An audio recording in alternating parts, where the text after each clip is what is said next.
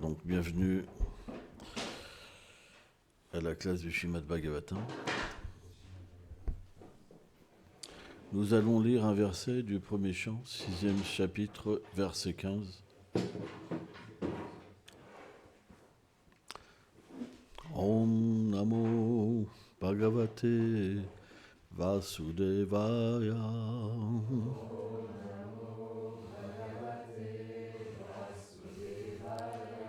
Om Namo Bhagavate Vasudevaya.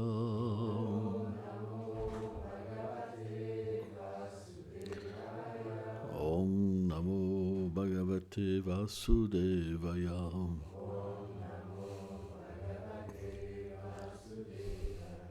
Tasmin nirmanujam dhanye Pipalopastam asritaha Atmanam nam asmastam Yatam shrutam achimtayam. Traduction.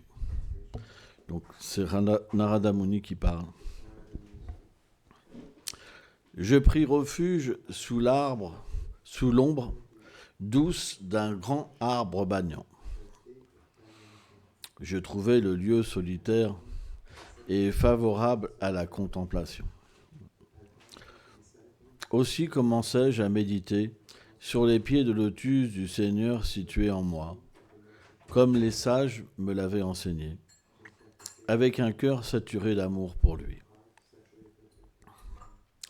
Commentaire.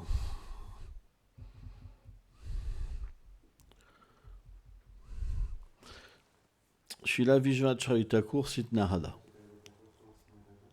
Assis au pied d'un arbre pipal, de la manière dont les sages m'avaient appris, me plongeant dans la méditation en toute intelligence, avec le mantra qu'ils m'avaient donné, je méditais sur l'âme suprême située en moi, qui résidait en permanence à cause de l'amour de Dieu que j'avais développé.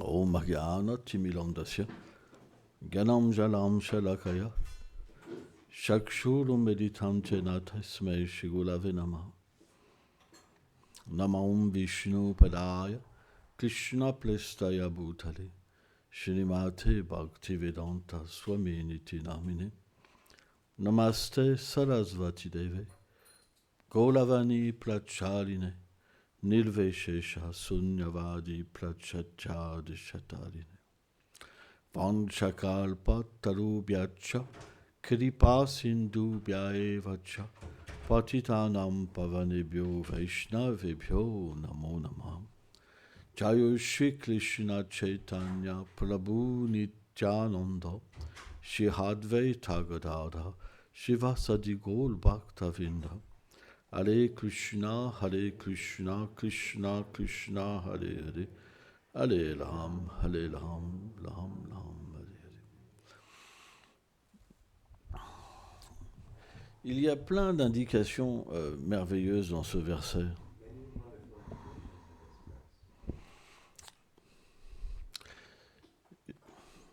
Déjà, Narada Muni, il a vu un arbre banyan. Et l'arbre banyan est très auspicieux.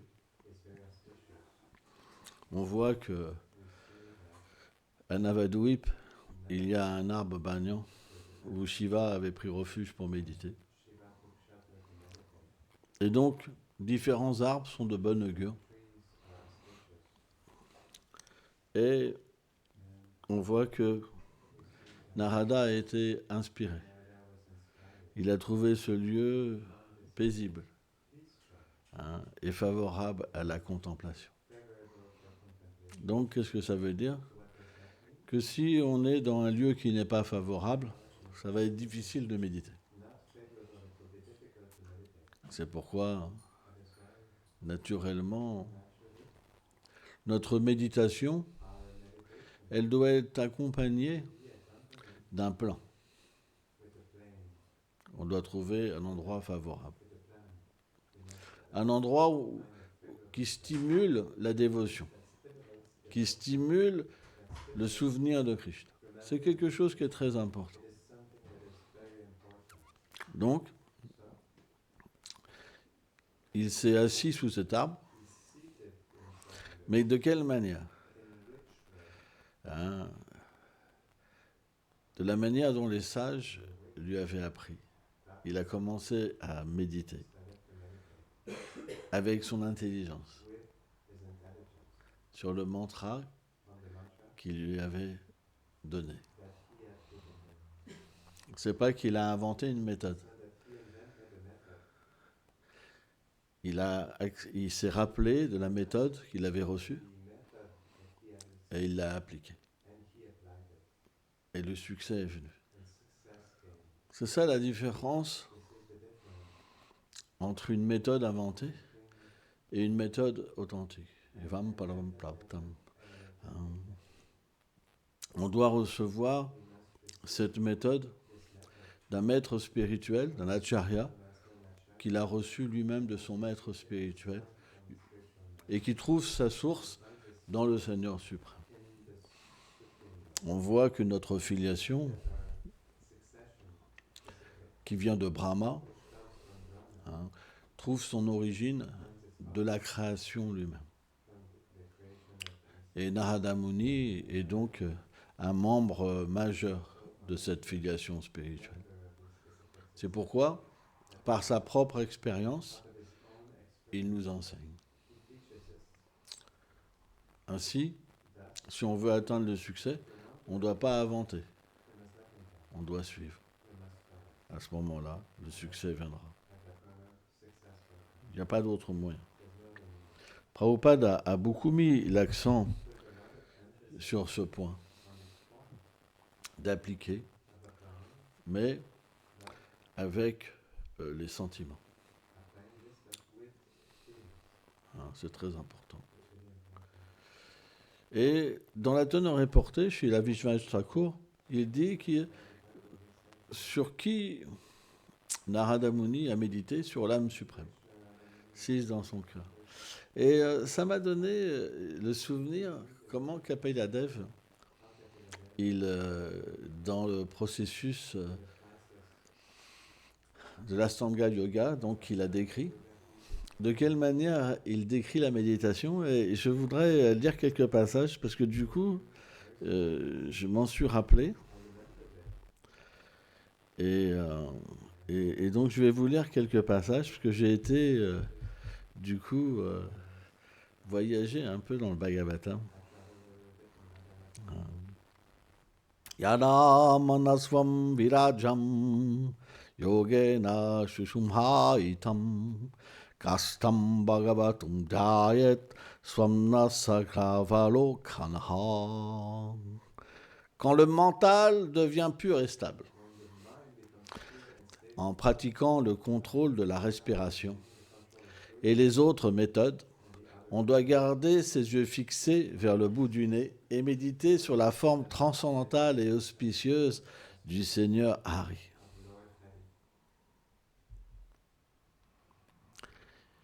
Il devrait, donc le yogi, inviter le Seigneur dans son cœur, sans tâche. Sans tâche. Et c'est intéressant parce que lorsqu'on fait l'adoration de la déité, on n'adore pas simplement la déité à l'extérieur, mais dans notre cœur aussi. Il y a 2 adorations. Sans ça, c'est pas complet.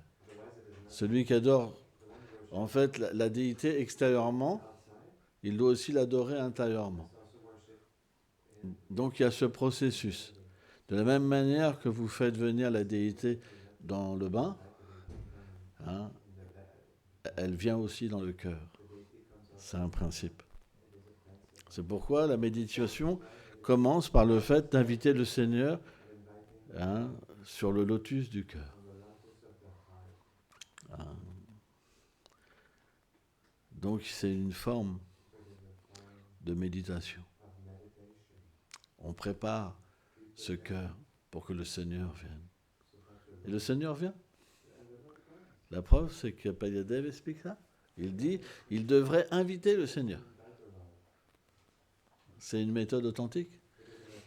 C'est le Seigneur lui-même qui explique la méthode pour l'adorer. Et méditer sur sa forme qui a un gracieux visage comme un lotus en pleine éclosion. Des yeux aux nuances rougeâtres comme à l'intérieur d'un lotus rouge. Et un teint sombre comme un lotus bleuté.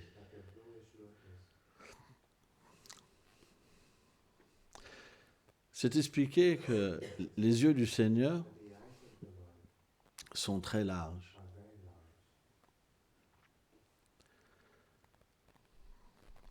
Pourquoi ? Parce que c'est avec ses yeux qu'il peut envoyer des flèches d'amour. Et ses yeux, ils peuvent s'étendre même jusqu'aux oreilles. Parce que lorsqu'il voit la belle forme de Srimati Radharani, ses oreilles veulent aussi en profiter. Parce que tous les sens du Seigneur peuvent manifester tous les aspects des autres sens. Mais parfois, lorsque Krishna devient subjugué par la beauté de Radharani, alors, lorsqu'il capture Radharani à travers ses yeux, ses autres sens veulent aussi le capturer. Donc ses yeux s'agrandissent parce que les oreilles veulent goûter le nectar. Et cette rougeur, en fait, c'est la passion du Seigneur. Et il devient ivre d'amour. C'est très beau. Et la couleur de la forme de Krishna n'est pas une couleur ordinaire. Parce que les gopis souffrent intensément de séparation avec Krishna. C'est extrêmement difficile pour les gopis d'être séparés de Krishna. Parce que Radha et Krishna, c'est comme une même personne. Et ils sont simplement divisés pour que l'amour se manifeste. Mais cette division est extrêmement dure, parce qu'ils sont faits pour s'unir le plus intimement possible. Donc la moindre distance provoque des sentiments immenses, comme des océans illimités. L'océan qu'on connaît, c'est tout petit en fait. Tout petit. Mais des océans que même tous les univers ne pourraient pas contenir. Or, ça crée des vagues d'agitation très très élevées. Mais également, comme dans la destruction cosmique, une chaleur extrêmement élevée qui représente en fait la destruction. Ce qui se passe dans l'univers n'est simplement qu'une réflexion de la réalité en fait dans le cœur de Radha et Krishna. Parce que tout vient d'eux. Donc, le teint de Shyam, il représente en fait ce nuage de beauté, ce nuage d'amour qui vient déverser une abondance de pluie de nectar sur ses dévots. Et à ce moment, lorsque les gopis peuvent être dans la compagnie de Krishna, alors le feu de la dévastation est complètement éteint. C'est une des raisons pourquoi le Seigneur a ce teint merveilleux. Donc on doit méditer sur ce teint. C'est ça le japa. S'il n'y a pas cette méditation, il n'y a pas de fruit. Vous allez méditer sur quoi ? Sur vos mental qui vous dit quoi ? Qui vous dit il faut que je fasse les courses aujourd'hui, faut ceci, il faut cela, mes poissons, ma pièce de moto, ceci, cela. C'est pas. Si on pense à ces choses-là, alors on n'atteindra pas le succès. Il faut une méditation. C'est pour ça que ces méditations sont données dans le Bhagavatam. Alors bien sûr, là c'est la forme de Vishnu, à 4 bras. Donc il tient de façon divertissante le disque, la conque et la masse dans ses mains.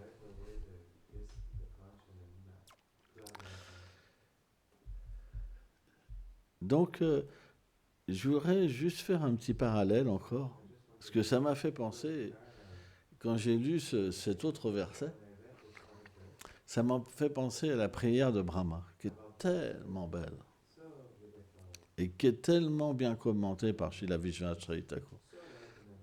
Un tel nectar. Hmm.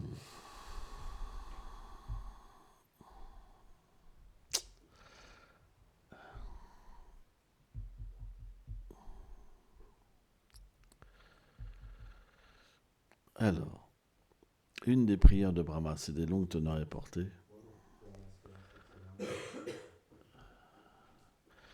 Shri Brahma Vacham Om Jati Brahmavapusam Tadatambarayam Kunjavatam Shampari Picha Lasanmukhayam Vanyasraje Kavaram Vetrim Vatsana Venum Lakshmam Siyem Rudim Pade Pashupam Gajayam.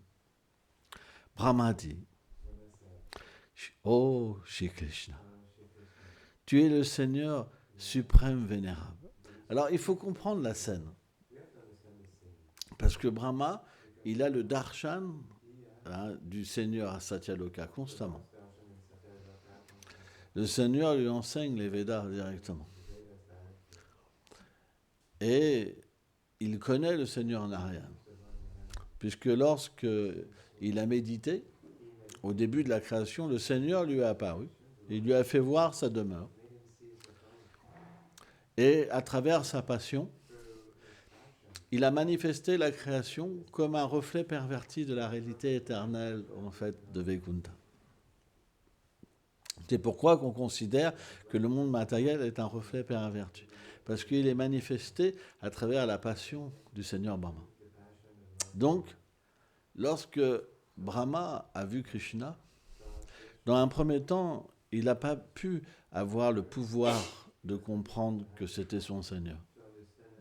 Il l'a pris, c'est pas qu'il l'a pris pour un être ordinaire, c'est pas ça, parce que il a, été témoin de quelle manière il a tué différents un asura, l'asura Python. Alors, Agasura, c'est ça, j'avais plus le nom qui me sortait, Agasura. Et comment il a vu qu'Agasura avait été libéré, donc il a vu que c'était le Seigneur, mais par l'arrangement du Seigneur suprême, et c'est là que c'est beau, c'est là que c'est merveilleux. Parce que c'est Brahma, Brahma, son corps, c'est les Védas. C'est pas du tout un être ordinaire. Mais Krishna voulait lui donner une miséricorde particulière. Parce que il ne connaissait pas son identité et son sentiment éternel. Bien, c'est la preuve que la Swarup est fixe. Parce que bien qu'il avait le darshan de Narayan, c'était pas non plus une âme réalisée. C'est incroyable, quoi. Vous vous rendez compte, il peut voir le darshan du Seigneur Narayan. Et pourtant, sa nature éternelle ne s'était pas encore manifestée. Ça, c'est quand même inconcevable. Et quand il a vu Krishna, alors sa fascination l'a amené à concevoir son attraction spontanée et éternelle. Et c'est ce qui révèle en fait indirectement dans cette prière, qui peut être compris à travers les paroles des grands acharyas. Parce que les grands acharyas, quand c'est des âmes éternellement libérées, ils peuvent comprendre des détails que les autres ne peuvent pas comprendre. Parce que les paroles du Seigneur, elles ne sont pas compréhensibles pour ceux qui ne sont pas ses compagnons éternels. Ce n'est pas possible. Parce qu'elles ont un sens interne et un sens externe. D'ailleurs, dans les échanges avec, par exemple, les Priyanamasaka et Krishna, ils vont dire certaines paroles qui ont un double sens pour que les aînés ne puissent pas les comprendre.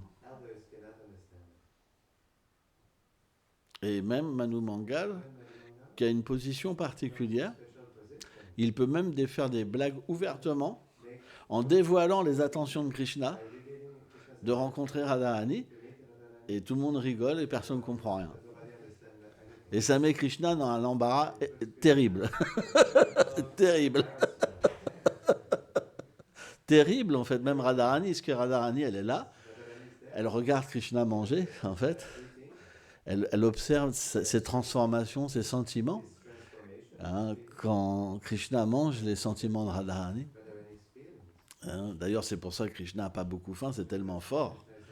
Et c'est pour ça que Mère Yashoda, elle s'inquiète, parce que Krishna, elle pense qu'il n'a pas d'appétit, mais en fait, c'est simplement que les sentiments sont tellement forts dans la nourriture que Krishna, il est complètement perdu dans ses sentiments. Radharani, elle voit ça, et Manu Mangal, il fait une big blague pour tout révéler.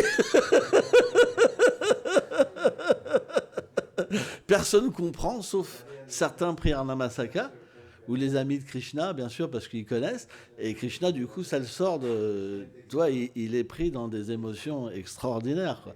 Vraj, c'est un théâtre, on ne peut pas imaginer. C'est des océans d'amour qui se rencontrent, etc., etc. C'est complètement merveilleux.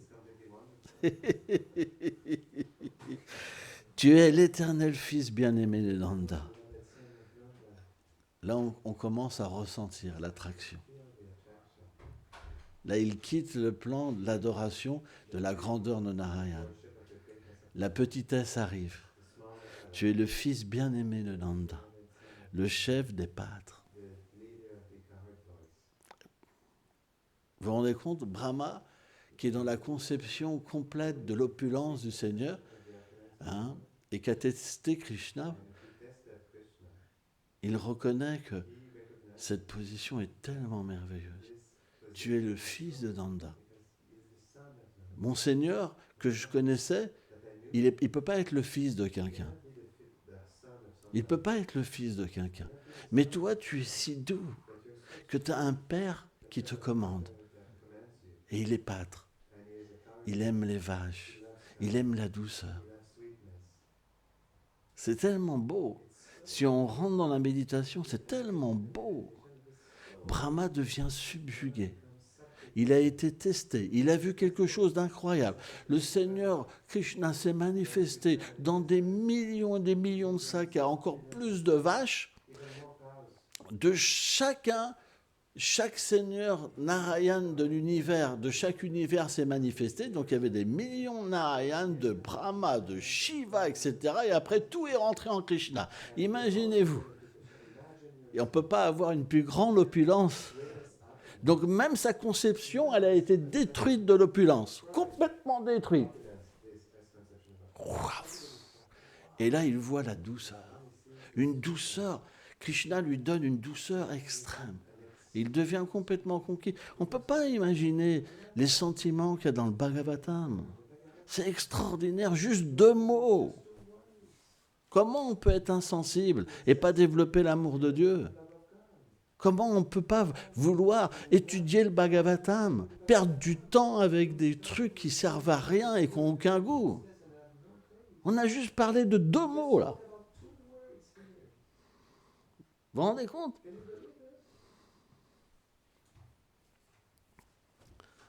C'est pourquoi je ne vais pas aller plus loin, mais on doit être sérieux dans la vie spirituelle.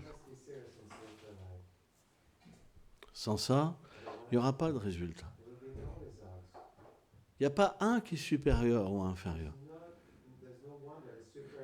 Il y en a qui veulent et il y en a qui ne veulent pas. Quand vous voulez, vous pouvez dépasser vos limites. Parce que vous vous abandonnez. Mais quand vous n'avez pas envie de vous abandonner, vous restez à votre niveau. Et ça vous suivra dans la prochaine vie. Faites attention. Votre mauvaise nature vous empêchera de retourner à Krishna. Faites attention. La vie passe vite. Life goes quick. Ça va très vite. It goes very quick. Ceux qui habitent là depuis 10 ans, 15 ans, c'est passé comme un moment comme ça. It passed like a moment. Où est le progrès? Where is the progress? Si on regarde bien, c'est pas évident. Closely, that's not. Pourquoi? Why? Parce qu'on ne le désire pas. Because we don't desire it. On est intéressé par quelque chose de différent. We are interested by something C'est pourquoi on ne peut pas être subjugué par le Bhagavata. subjugated by the Bhagavad. On ne peut pas ressentir de sentiments. Feelings. On va être plutôt attiré Be very attracted par d'autres choses to other things. qui vont nous donner une conscience matérielle. Material consciousness. Et c'est notre infortune. And it is our misfortune. Et même si on en parle, on va refaire la même chose ce soir. Do the same thing tonight. Donc on doit absolument avoir cette prière Have this prayer comme Brahma, like Brahma. hein, d'être subjugué Be subjugated par le fils de Nanda Maharaj, of Nanda Maharaj, le roi des pâtres. the king of the Paramahansa. Jai, Srila Prabhupada ki jai.